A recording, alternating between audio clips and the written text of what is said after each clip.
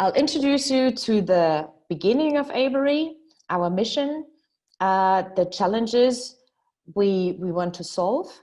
Our cycle of good design is like what we created, like our way of creating positive impact. And then the ingredients. So also a little bit going into business and how to work with the artisans, how to do pricing, these kind of things. So how it started. I actually studied economics and was working in the marketing business, and I didn't have to do anything with fashion, crafts, regarded by my friends as not being fashionable at all. So, but in 2005, I was traveling around the world with the Formula One, and we were driving in this little car through a favela, and 15 minutes later, my clients opened a bottle of champagne and just didn't think about what they just experienced. And that was actually the moment when I started to think that I want to use my skills for something that has a good impact in the world, and not for people who drink champagne in VIP areas and who don't care about other people in the world. And 2 years later, I met my ex-husband. Well, I met my then husband, now ex-husband, and he was into innovation. And we thought we could bring sustainability and innovation together. Think about that's like 13, 14 years ago. And at that time, it was a revolution to tell people you have to have a vegetarian buffet at your event. So times have changed quite a lot, but still we thought we want to create a think tank where we think about sustainable innovation. And we went to Marrakesh because we thought there, number one, it's close to Europe, so it's easy to bring people there. But secondly, like it's a place that combines tradition and modernity next to each other. So you can see the donkey cart next to the SUV, and you see the covered mother with a child or the daughter with high heels and the mini skirt. So a lot of images that are very inspiring. So this is how I actually came to Marrakesh in 2007. And we renovated this house only with traditional craftspeople.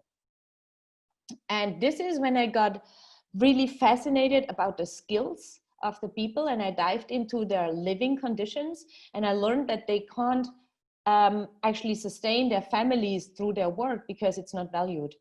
And that was the moment when I was thinking, okay, what can I do? But I was, at that moment, it was more like gathering information. I was talking a lot to people, and I started to collect these bags. These are called shukara, old Berber bags. They are all they are hand stitched. Every bag is unique. They have different how do you say, straps that are unique to the person who it was made for. Berlin, and some of my friends said, wow, this is really cool. And they started buying these bags. And that was kind of the start of Abury. I'll show you some photos of the house so that you get an idea. So that was the house during renovation. And that's the house today. And this is the work of traditional artisans. It's all handmade. And yeah, it was a really fascinating process that took like 1.5 years. Gathering the stories. I was always kind of really forcing them to tell me everything behind the bag and the pattern. Now today we are a fair trade lifestyle brand that does mostly accessories and interior accessories, and we bring together designers and artisans. And how we do that, I will explain you in a minute. Our goal is to preserve traditional crafts and empower artisans to make a good living with their traditional skills. That sounds very simple, but to be honest, it took us a very long time to put this in one sentence, because there are so many other things that we want to do it took a while until we kind of knew what is our core goal. And I think that's very important when you start your own brand, is like taking the time and really a lot of discussions also with yourself and other people about what is really your core and your purpose. Then what challenges do we want to tackle? I guess you all know the Sustainable Development Goals. So also as we aligned our goals and and the challenges we want to tackle at the Sustainable Development Goals. So we want to preserve cultural diversity, because we think it's very important, and crafts knowledge is one part of it. Because if you lose the cultural diversity, I think we also lose cultural identity. And that's the core that makes each human more or less special. Obviously, we want to tackle unemployment and poverty, and want to pay fair. Also, what we mean by paying fair, I'll explain to you later. And we don't want to stop in just creating a fair payment, but we also want to help the people to come with us on this way. So we want to integrate them into education projects and literacy programs, because I think there's one thing that you pay fair, but then people can only develop if they can also invest in the future, if they can go the next step. And for that, this is what we learned in our world, is kind of you need some extra either money or education so that you can go the next step. And another thing that we want to kind of do in our world is we want to reduce the fear of foreign cultures. So this we do through telling stories, but also through bringing people here. We had an event with our weavers from Ethiopia, with our sewers from Morocco. We do a lot of intercultural events where we kind of give a voice to people from different cultures and really mix them so that people lose we help them to make the step into another culture, to learn about it and to see the beauty. And I think that also helps to reduce racism and prejudices that are all over. And we just, it's a very actual topic. Out of these two, there is our mission that comes up. And this is that we say style, quality, and ethics don't exclude each other. I think today there are more and more brands and other products from different industries as well who show that it is possible to be cool and sustainable. We created this about 8-9 years ago, and at that time actually there weren't so many labels and not so many, well, eco was still very alternative. And I think now it gets more and more into the mass market, and also into the broader, and also in the young generation, which I think is really cool. But what I think is also very important is that only together we can make it fashionable to care.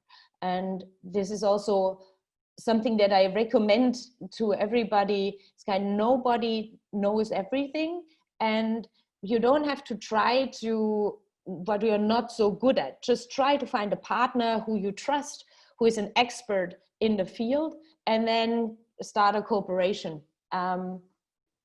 I tried at the beginning to make everything myself, and I learned that it's very exhausting as well. So to get some support and experts on different levels is sometimes really helpful. So our approach. I think this is also something that is very important to your work, is the co-creation process. And this is something that is really important and kind of a special point of our DNA. I think every world and everybody has some specialties that they can bring to the table. And for the artisans, is their tradition, their stories, their skills, the amazing work they can do. But they are in their, they don't have access to the market, to the international market at least, to the latest design trends, to technology or marketing. So this is when we come together, we can combine this. What I think is very important is that you make it on an eye-to-eye level. What I see a lot of times is that we come to another world, and I'm not saying that we, like from the west to the east, but whoever comes from one world to another often thinks that you know better how they actually how you live, or what you think is what you learned and how you have been socialized in your childhood. But it's really enriching if you kind of try to forget everything you have learned and try to put yourself in the shoes of the other one to understand like how they view life. And I can almost guarantee that you will learn something very enriching in going through this process. And this is also what co-creation means. It means that you really co-create on a level, that not there is one who says, please cut this like this and that, and then that's co-creation. Co-creation is that you accept and learn from each other. This is how we try to implement the co-creation process in our DNA. So we start with the Abury design experience. This is an international design contest that we started in 2015, where we do a shout out to the design world, and designers can apply. And you win like 6 to 8 weeks stay in an artisan community. We always know the community up front. So in the application process, you already know, will it be working with leather or with cotton or wool, and also what language needs we would have, because we have worked, for example, in South America, so we were looking for somebody who also speaks Spanish. We were working in Ethiopia. English would be helpful, and then in Morocco, it would be nice that the designer would also speak some French. So there's the shout out, designers apply, and they also apply with a short video. So these designers apply with a short video and with what they have already accomplished during their studies or first works. They don't have to apply with a new collection, because the idea is that the collection is being designed with the artisans. So we just analyze the skills. And then the winner, well, what we pay is, it's kind of a stipendium, a grant, that they fly to the country, they live there with the artisans for 6 to 8 weeks. They get a Taschengeld, like some money for sustaining themselves, and they work with artisans along a program that we have developed, where they in the first week, they kind of learn and analyze and build trust with the artisans. So it's kind of only looking what they do, sitting with them, learning from them, exchanging also personal stories, just to kind of build a relationship. Then in the next weeks it is working on their skills, on the quality management processes, and on a collection, which really we have an idea up front in which direction it should go. Like, okay, we need in our collection a small mini bag, but how it is being made and what pattern are used and how special techniques, this is all developed together with the designer during the 6 weeks. And one example is, or two, is this, which is a clutch which has been made with exactly the same skills like this, but it's a bag that tells a story, that has, it's our lovebirds clutch, so there are the two birds and there's this heart in the middle, and so it's, and there are the children. There are some modern elements but used in a very traditional form, and that's something that's being created because they are together, and they listen to each other. So obviously, it's nice to have a well-designed product, but then you also have to produce it. So we also leave the artisan already with a process of how they can produce the same product in the same quality, not only once, but maybe 100 or 200 or 300 times, or even more, obviously.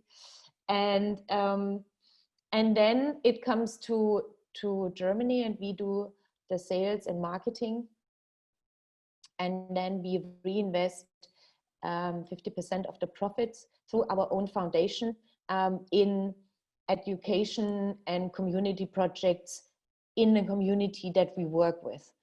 The idea behind is that we want to change the paradigm of donations, because what we see is a profit share and not we're doing something good. Because without the artisans, we wouldn't be possible to create these bags. And our understanding is that it's only fair that the profits are shared between us and them. And then we discuss with them what is needed. Yeah. Obviously sometimes comes like, yeah, we want a car. And that's maybe not the first thing that that is really needed, but we discuss with the community how they would like to use the money. And for example, in Morocco, what we have started is a literacy program for women and for children, because the women, like for the women, the most important thing was that children have to be educated. They don't see, it's really interesting, but they don't see the perspective for themselves. They rather see a good future for their children. So we started a program for their children, but we said, okay, we only do the program for your children if you go to school as well. So since 2013, actually our women go through a literacy program, and obviously they change, and more women learn how to read and write. And at the same time, their children have a preschool where they go, where they also already learn a little bit of mathematics and also how to care for the environment. We do some sports with them and reading.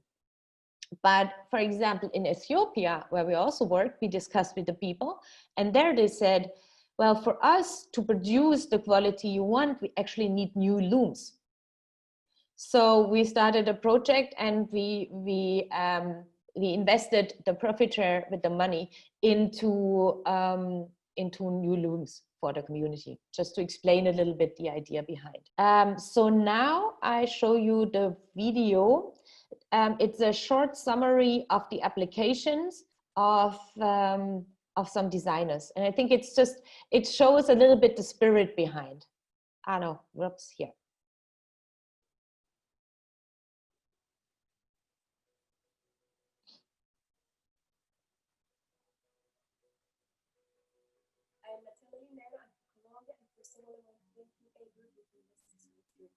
You guys at Addict stand for everything I believe in.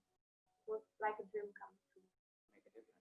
To invent things, to fix things, to improve things. And I want to know more about the people who are behind the entire process. Sorry, Andrea, I think the volume is not really high. People who work with their hands and learn from their skills. Knitting and weaving and painting and looking for new materials. We have great opportunities to work with the real craftsmen. love getting to know new people from completely different backgrounds. Very inspired by culture clash. Passion, design, and the experience of foreign culture. I found the Abury design experience, and here I am.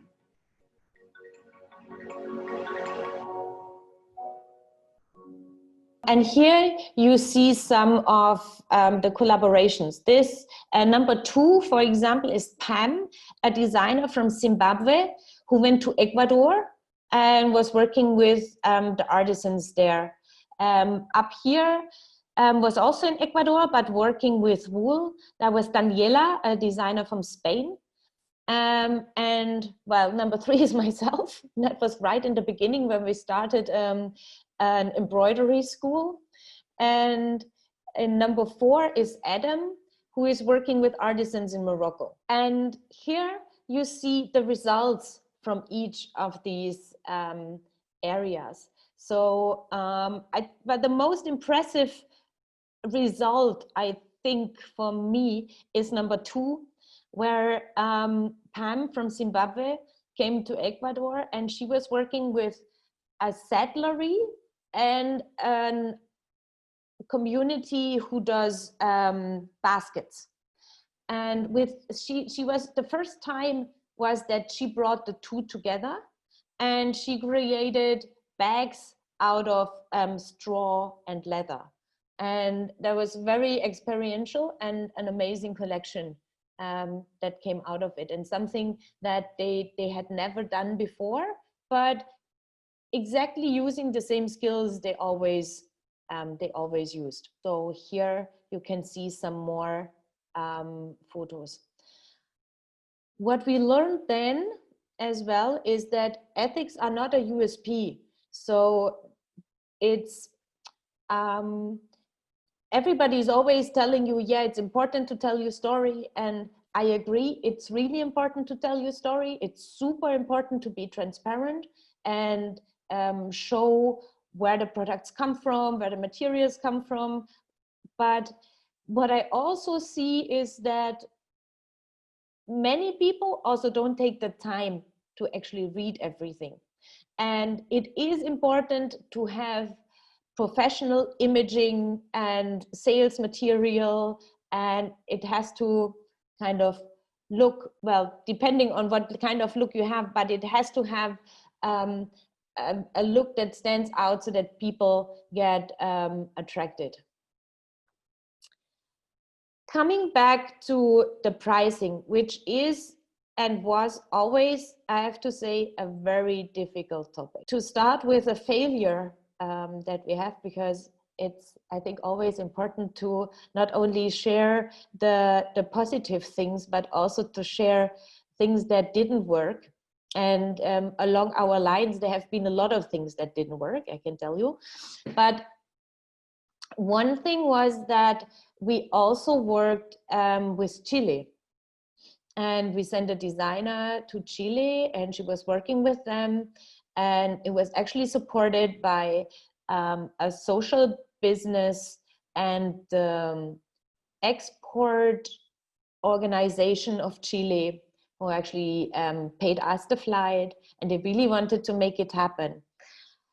But what happened was they were working with wool, and they did ponchos and it was alpaca.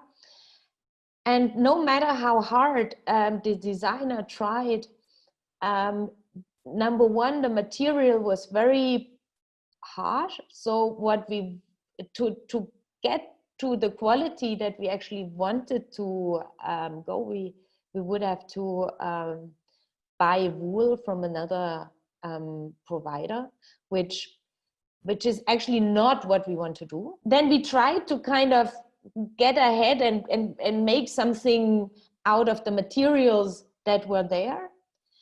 But then the second thing was, for what was there, it was too expensive. So we just couldn't bring the 2 parts together. Like, either we needed better material to get it to the level that they can ask for the prices they wanted. But then with the material we had, it was just not possible to create a pricing that was possible to integrate it in the European market. So what happened is that we had a sample collection that came here and that we couldn't do anything with, to be honest. It's still here as we show it, but it's really difficult.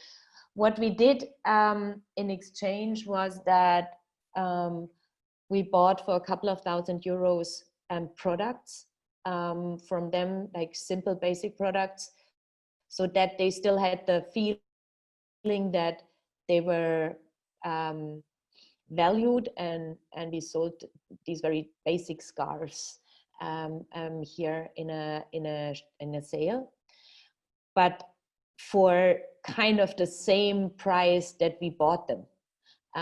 It wouldn't have been possible to actually put it into the pricing and costing cycle of a wholesale mechanism.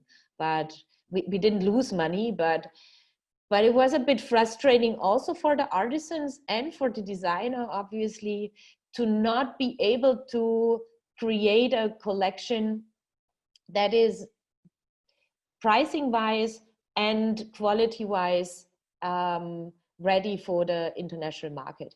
And I think this is something that at a certain point you also have to realize. Then you have to kind of change the community or maybe bring in some better materials, but it's very important that the quality and the pricing are kind of acceptable, or the customer can understand where it comes from. I'm not saying that you should have cheap prices. I think artisanal products and work has to be valued and paid, but still there's a certain point where also the quality and the pricing has to be. Coming back to some also good points is that we working with the artisans always on the model that we pay them by product, because at the beginning I started actually a company also in Morocco and I had employed the artisans, but after 6 months we realized that we got less products and also sometimes less quality, because they understood that they get their monthly paycheck anyways, and because I could not be there all the time, it was difficult to actually overview the whole process. And this is why we started paying by piece, but we discussed the price, and we accept the artisanal pricing when they have an explanation. They tell us how they buy, like for what price they actually buy the raw material, how long they need to work on the product, and this is how we kind of together define the pricing. I have to say that some artisans have no idea about pricing, and sometimes it's even to their own bad. So this is when we kind of do workshops where we tell them, okay, if you buy the raw material for €100 and then you work for 2 days, you shouldn't sell the product for 110, because like how do you value your work? And sometimes they think, wow, they have earned 110, but they don't understand that they have already paid 100. And I think there's a lot of education that has to be done. At the same time, obviously through the internet, they see at what price we sell the product. And obviously there's a huge difference. And this is also where we train them, is to understand how wholesale pricing and international pricing works. And I think this is very important because they are part of the team and they have to understand why the retail price here is so much higher to what they get, so that they understand you're not exploiting them if the price is like 6 times higher, as what you have paid them, because you have the production price. So that's one is the product cost, but then for us, for example, there is the shipping from Morocco to Germany, there is the customs, there is the labels, the packaging. This is all cost that is put on each product. From this price, also we have to kind of earn a little bit for our time and work, because so far we are only at the expense level. So what we do is we do ×2 of this production price, which gets to the wholesale price. And then retailers, well, I don't know, our learning is below 2.3, it's really hard for us to sell. Just double, at the moment, the retailers are not very happy. So we try always to do between 2.3, 2.4, sometimes 2.5 to sell it to the retailer. And now it's easy to calculate that the price easy is 5 to 6 times higher than what you pay to the artisan. And I think this is just something that also you have to calculate back already in your production. How expensive can a product be so that you still can bring it to the market?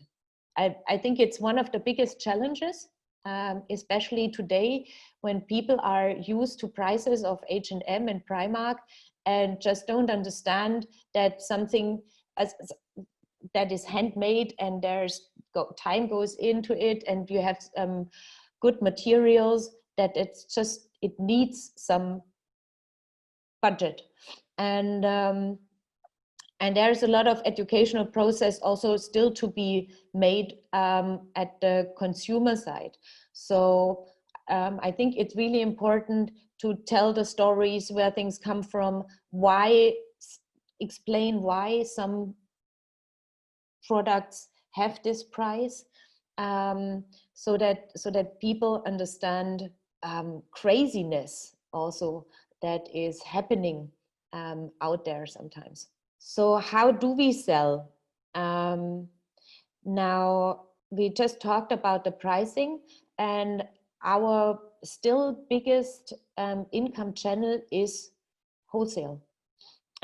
We have so far 60 boutiques in Germany who buy our products, a couple in Austria and Switzerland.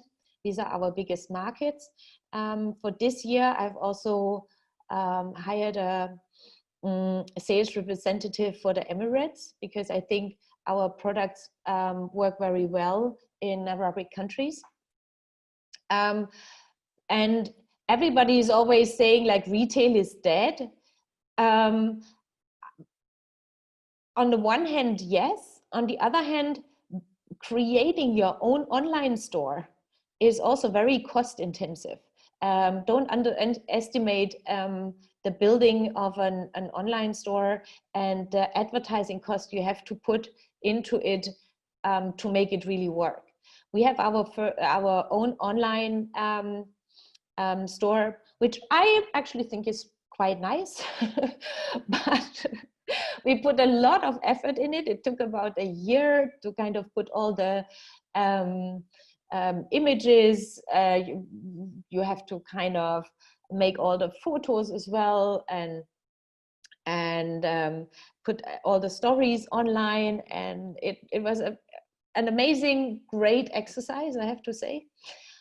But I really underestimated how much you have to kind of work with such a website, SEO wise and advertising wise, to make it work. And to be really honest, we make income through the web shop, but we couldn't live off the web shop. And then offline, what I see, what works very well is pop-up stores as well, where we go to different cities and invite potential customers and their friends or customers that have already bought with us. And they love when you're there yourself and tell them the stories behind, and it gets this personal transmission of the story, and the story becomes theirs. And then they go around and actually tell your story to their friends. And I feel that this is something that works best in personal contact. This is at least my experience. And so I would always integrate that personal element again, at least when we are allowed to do it again. I think in Germany, we can already do some things with like 20 to 50 people. But I hope that one day we can do bigger events as well. But what I think is very important is that you have different sales channels and be very active so that people have different touch points where they meet your brand. Talking about the transparency, today we talk about a lot of certification. People are actually even overwhelmed by the sheer amount of certifications that you have. And at the end, what we saw is very expensive as well to be certified. And then, for example, to get a brand that works with leather certified or get any certification is very difficult. So we thought we try to be as transparent as possible through our stories, that we connect with the products. So what I said before, we have a blog that is called One of a Mind, one of a kind stories with a one of a mind attitude. You find them on our website. And here for each product, we have a discover part and a love part and a connect part. And in the discover part, you find the stories about how it has been made and where it's been made and the areas and everything around it. Love goes directly to the product in the materials, the production methods, and we also describe the community for each product where it's been made, like how many people have been worked on it, how many people working in the community itself, where do they source their materials.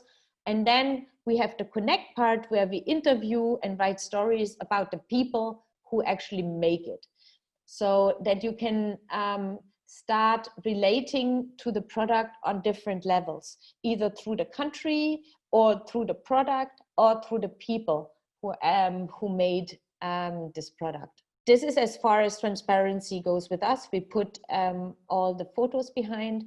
I'm actually involved in a blockchain project at the moment that works on the supply chain transparency. And I think it's super exciting and interesting to see how and what complications are actually also into applying such a new technology into this analog world. Because the blockchain, as praised as it is only as good as the input that you put into it. And we're just trying to define the process of which touch points have to be put into the blockchain, so that at the end the customer has the QR code, you scan it, and then you see, the bag, here is the cotton for this bag, and it has been planted here. Here is then it travels there, and then there is the dyeing is here, and then here's the weaver who is weaving it, and then it's being transported from here to here. And I have to say, I'm not sure if one day this can be really implemented in a way that makes sense, because how do you know exactly which wool goes to which bag? So you can only do it in batches. Then, yeah, I think it's a really, really interesting discussion. But for now, I think it's important that you tell the stories and be as transparent as you can be, or even connect the people with each other. But it's interesting to follow the discussion about these new technologies and how they can change maybe our industry.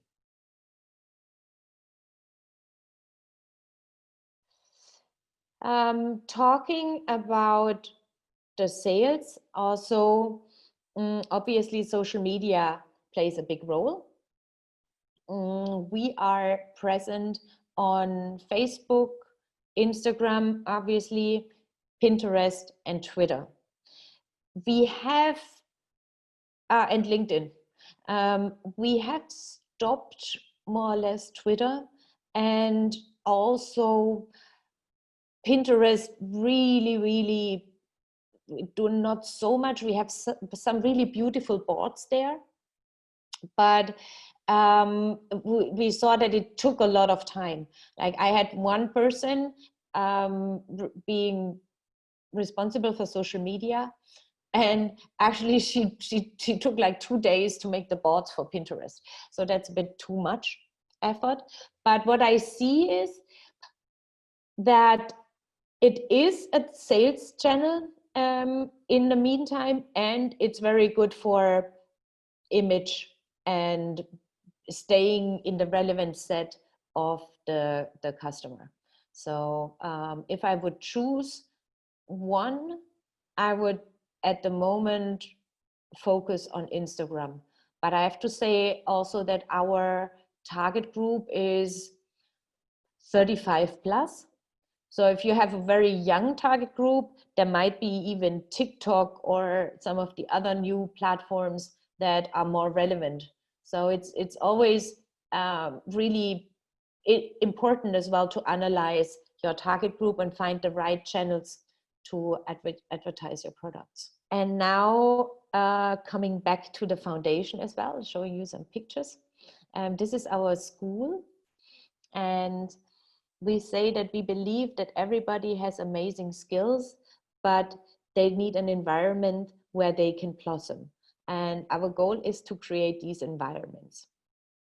And I told you a little bit about the foundation before. So you can see some photos. We brought 10 laptops to our women, and they learned how to work with the computer. That was really fun. And up there is our preschool with the little ones, and it's just really a lot of fun. This is a project that we started which is an art project. There we find a famous photographer who comes with us to a craft community, and they do that. The photographer takes a portrait of each artisan, and then we sell the portraits, and the artisan in return gets the problem solved that he has. Like I said, in Ethiopia, that was the a loom. But we also, in Morocco, we financed 80 cataract operations for artisans. So it's a very simple idea that is a win-win-win. And obviously we also do that to stay in the relevant set and communicate our brand through different channels. And this is the video from Ethiopia.